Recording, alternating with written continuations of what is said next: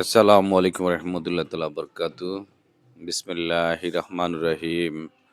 সুবাহান আল্লাজি আসরা বিয়াবদিহি লাইলাম মিনাল মসজিদিল হারামি ইলাল মসজিদিল আকসাল্লাজি বারাকানা। আলহামদুলিল্লাহ।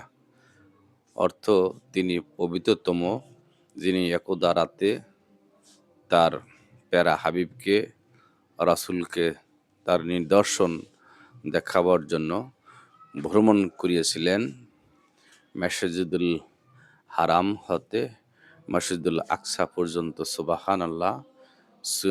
সূরা বনী ইসরাইল আয়াত নাম্বার 1।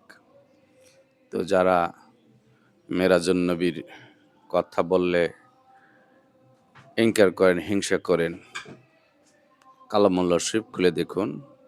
সেখান থেকে আমার দয়াল নবীজিকে মহান রব্বুল আলামিন তার ভাবে, তার মামেলায় ইশক মহব্বতের মাধ্যমে, তার কুদরতের মাধ্যমে, বোরাকের মাধ্যমে, রফরাফের মাধ্যমে তার দিদারে নিয়ে গেছিলেন, সান্নিধ্যে নিয়ে গেছিলেন।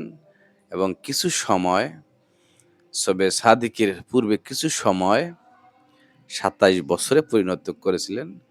বন্ধু, আরেকটু থাকুন, আরেকটু থাকুন, দেখার যে স্বাদ মিটে না।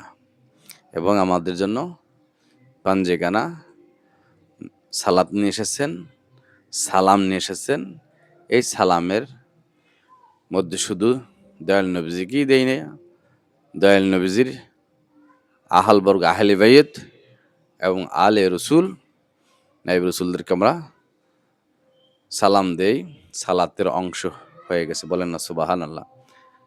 আমাদের আলোচনা তরিকতপন্থীদের আলোচনা, জ্ঞানীগুণীদের আলোচনা, যারা ভাবুক শ্রেণী তারা বুঝতে পারবেন। সকল ভালো থাকুন, সুস্থ থাকুন। ধন্যবাদ।